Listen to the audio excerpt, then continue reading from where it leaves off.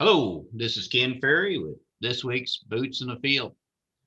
Today we're gonna jump over to the western part of the state over with Matt at the Ursa Farmers Co-op territory over there, and kind of get an update on how things are right now for this spring and what the situation is today. Matt, you guys are unlike a lot of areas in the state. You kind of got yourself into some pretty good rounds of water, I guess, or rain with your early planting, and a lot of other places we're still looking for water. So give us a little background on what kind of issues you guys are dealing with right now. Yeah, so the rains over here have been kind of spotty.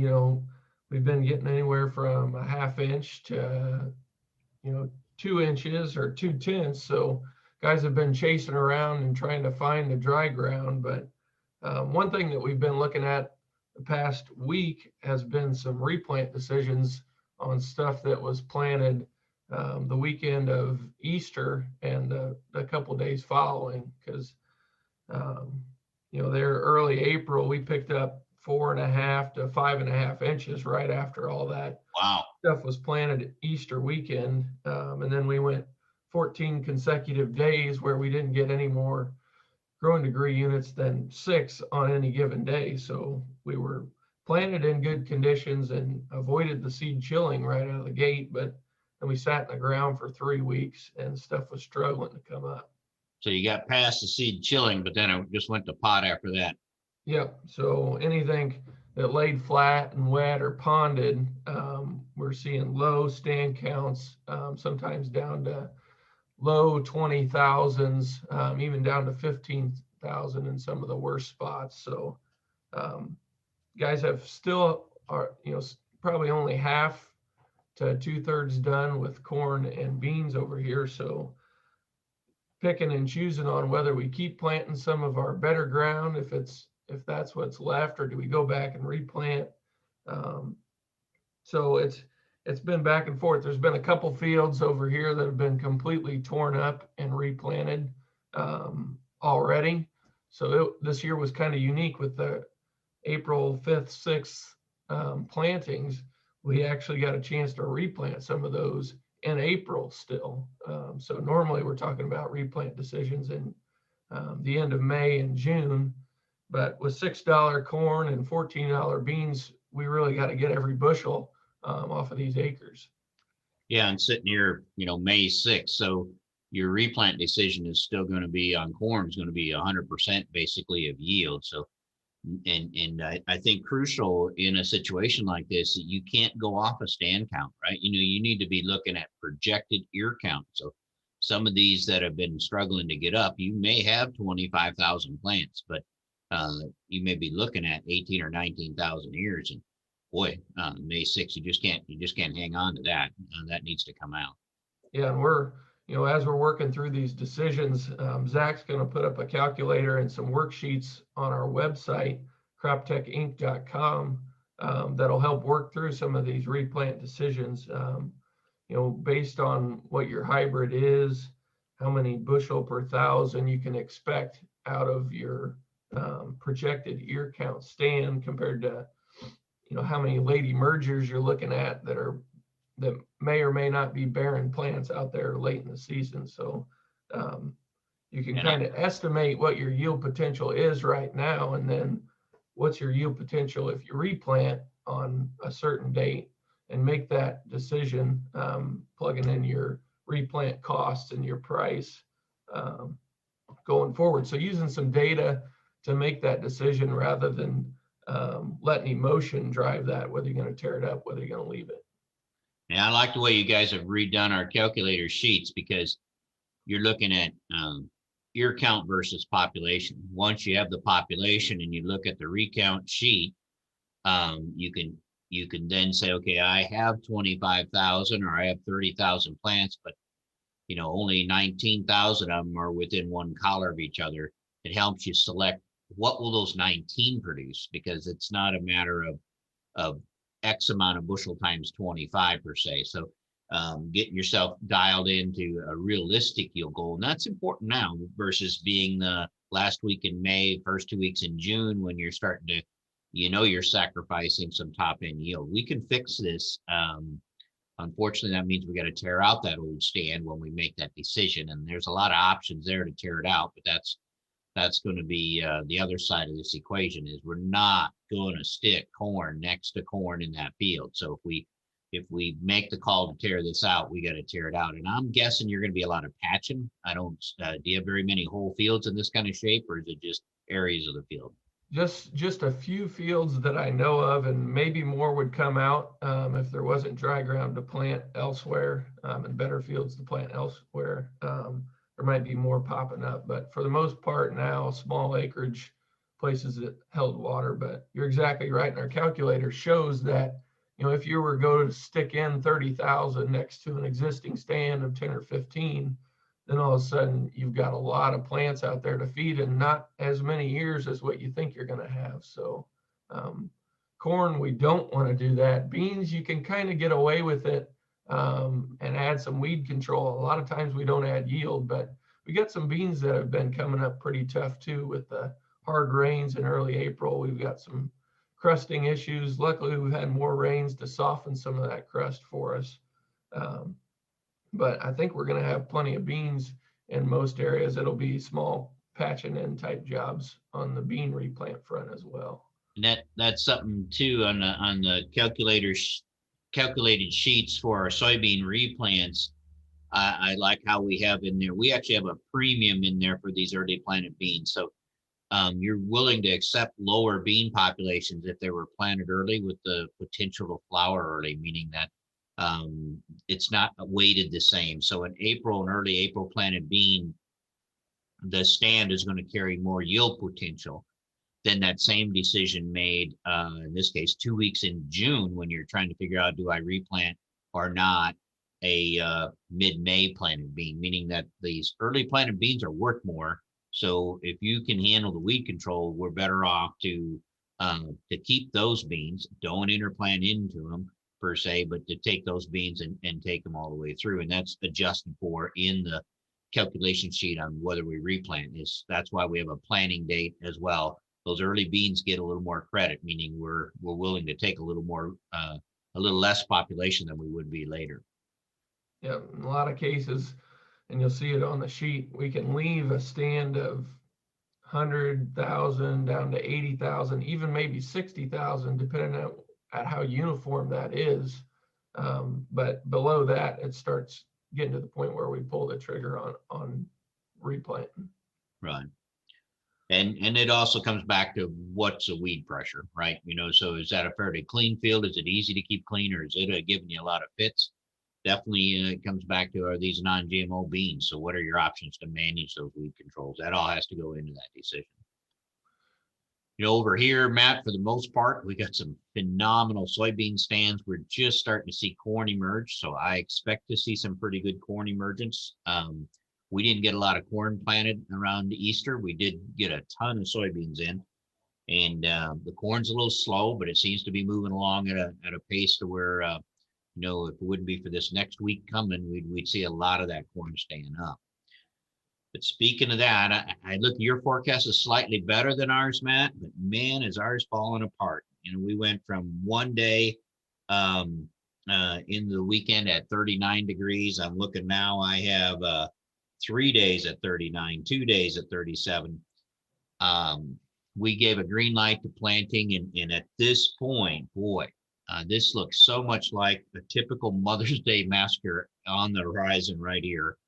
I'm going to pull our planting window back to yellow at noon today. I think anything after noon today on Thursday is we are going to start to gear up for another Mother's Day massacre. And I don't know what the deal is. Apparently, this is about our third or fourth time here in 5 years that Mother's Day is just not the weekend to be planting. Yeah, it's kind of like it's looking like deja vu all over again. And you know, we've already had to deal with some replant decisions over here where we got 4 or 5 inches of rain followed by cold weather. I think they're calling for 1 to 2 inches of rain out of this deal, and not as the stretch of cool weather isn't as long. But when that forecast flips one way or the other, if we get more rain and more cooler weather, that's when we can be right back to the same place. And then we're replanting the end of May. Yeah. And in this case, it looks like, we're going to deal with seed chilling. And that seed chilling happens below 50-degree soils, but gets pretty aggressive below 45. And we're not going to hold these temperatures with this many days in a row going down on us. And I think our goal is to get this seed swelled. And then again, that's probably going to be noon today. And after that, the hours are going to tick off where you're going to be taking on a lot of swelling in cold water. So you're going to deal with the seed chilling issues that we dealt with in the last 3 Mother's Day massacres. And I don't see any GDUs showing up on our map till about next Friday. So it's a tough call, meaning that we got good planting conditions. We want to rock and roll, especially on Friday when the sun is shining. And we're not going to stop anybody from planting, but realize we're in a yellow zone, meaning that we expect that we're going to get a lot of service calls. I expect service calls from what we plan here today. But anything after noon today, it's probably going to be one where we're going to be out there scratching our head and running the replant calculator. Do we keep it or not? But we'll lose the value of time. Now, with no GDUs between now and next Friday, we're not going to gain a lot. Now, the good news, I think, and probably the same in your case, Matt, is, man, we're in good shape over here. A lot of these guys are 100 to 90% done on soybeans, and a lot of them are 40 to 60% done on corn. So we really only need 3 or 4 good days to finish up a lot of planting over here. So that takes a lot of pressure off. You can sit back and say, no, I'm not going to get myself in this mess. I'm just going to let this week pass and maybe lick some wounds on machinery and whatever we got, and then come back after it. Looking like probably going to be next Friday before we get to where we can get around some of this seed chilling, and then go ahead and finish it up. And boy, there's nothing wrong with putting a week or 10 days in gap in our planting window, because that takes a lot of pressure off of harvest, takes a lot of pressure off of scouting, and doesn't get our whole crop caught in that same week when it comes to pollination.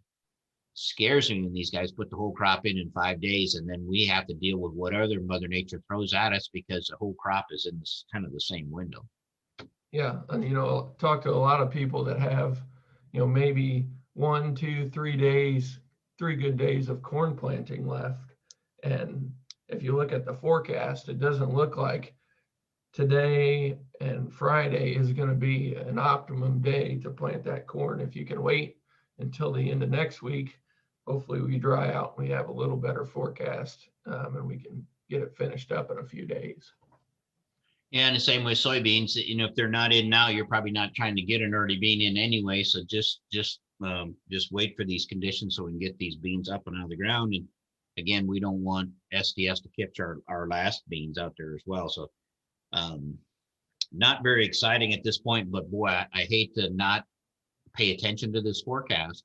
This could end up being a few tenths, but it could end up being a few inches. And then, like I say, and then we're trying to figure out how to get this crop turned around, and what's in the ground. And a lot of it's got a 1/2, 3/4 inch sprout on. I think it'll be out before this soil, if we do get a heavy rain, before this soil crusts up on us and gets us in trouble.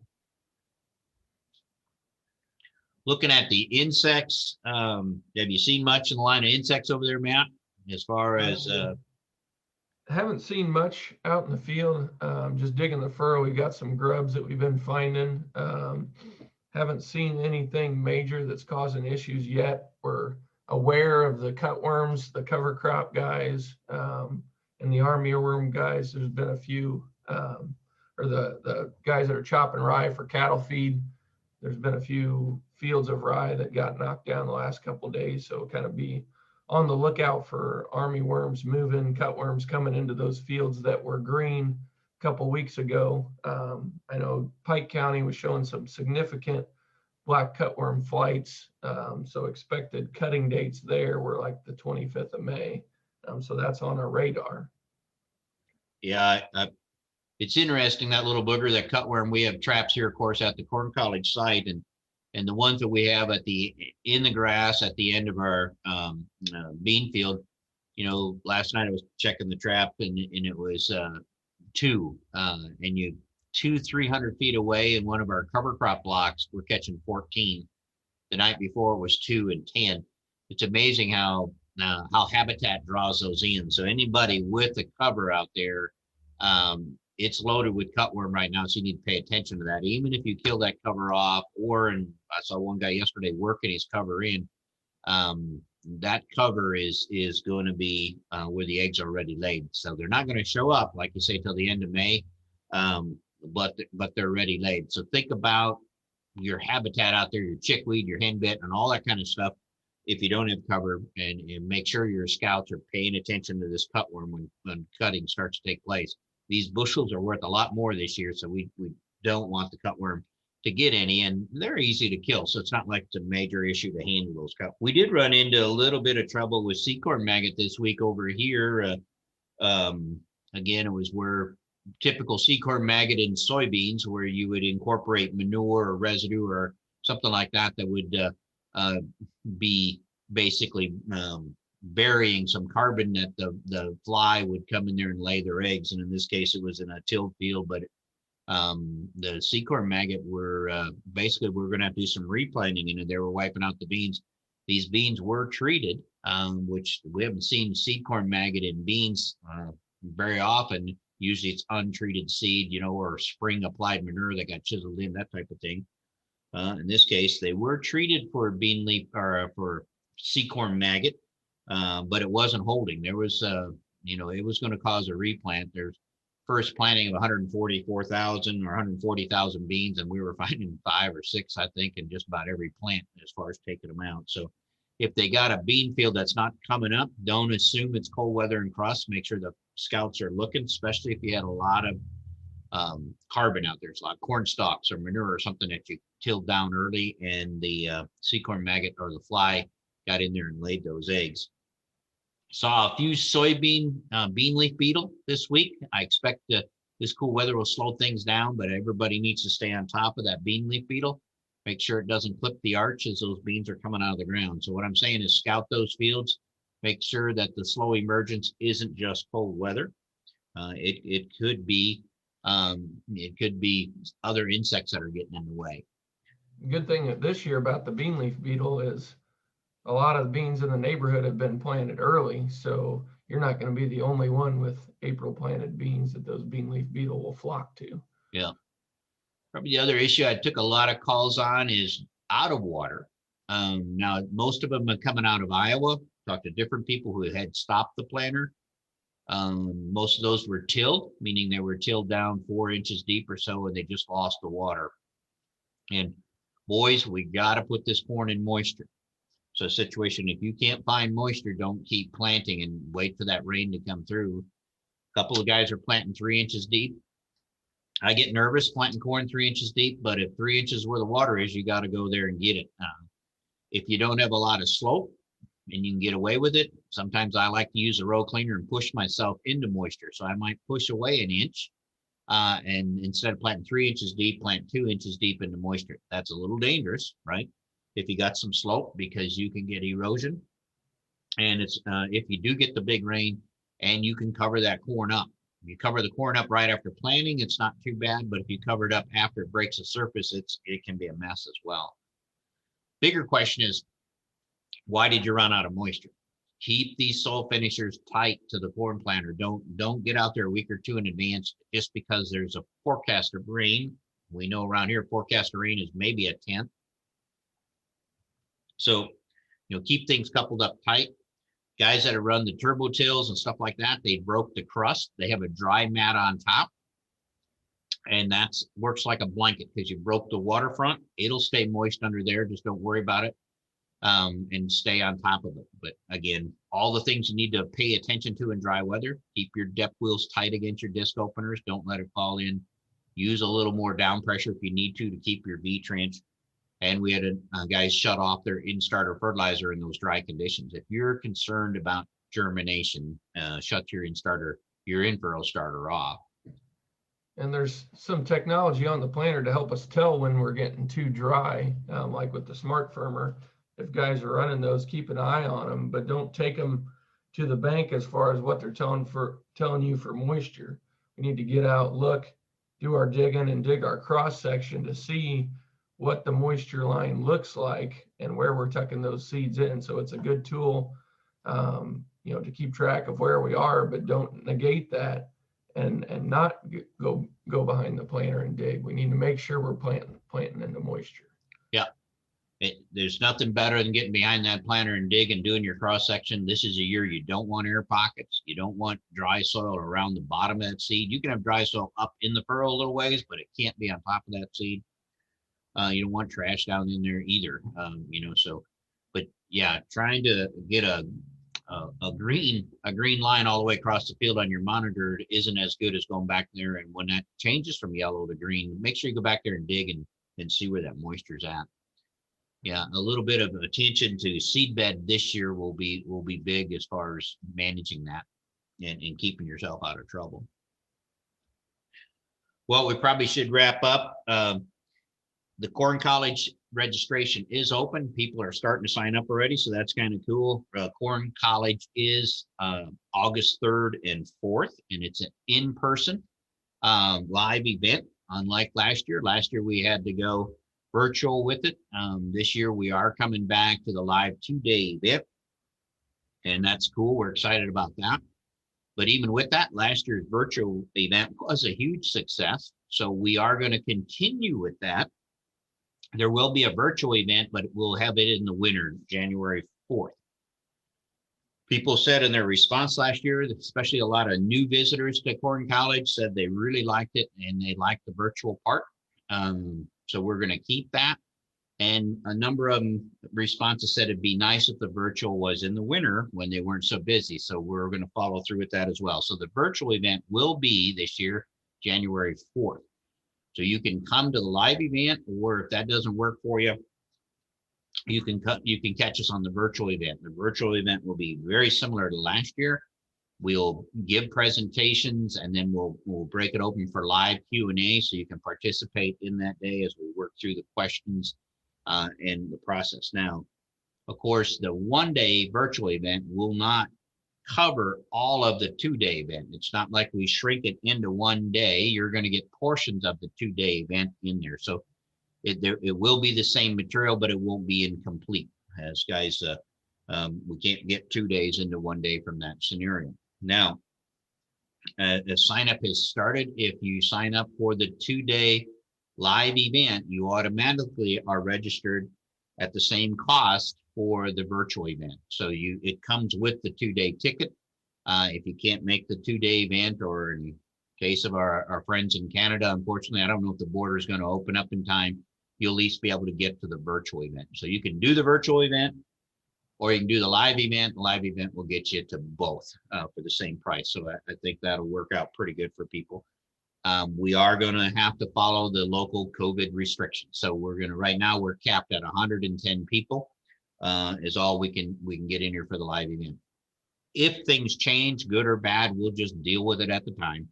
And we'll do our best there to accommodate whatever we hear from the local authorities. So we're excited about that. So registration has started, and we got the Corn College beans planted, the corn is planted, and we just come back with the normal planting of the beans. Got a lot of cover crop strips and stuff like that we'll be working on. The agenda will be on the website. So you just go to our website and click on the Farm Journal Corn Soybean College, and you can get yourself registered. So, well, Matt, I appreciate your time. Hope things go good for you guys over there, and we can get through this potential Mother's Day massacre and come out the other side and get back to playing. Yep, sounds good. Thanks, Ken. To stay up to date, check out our website at croptechinc.com and subscribe to our podcast, Boots in the Field Report. Keep her safe, keep her moving.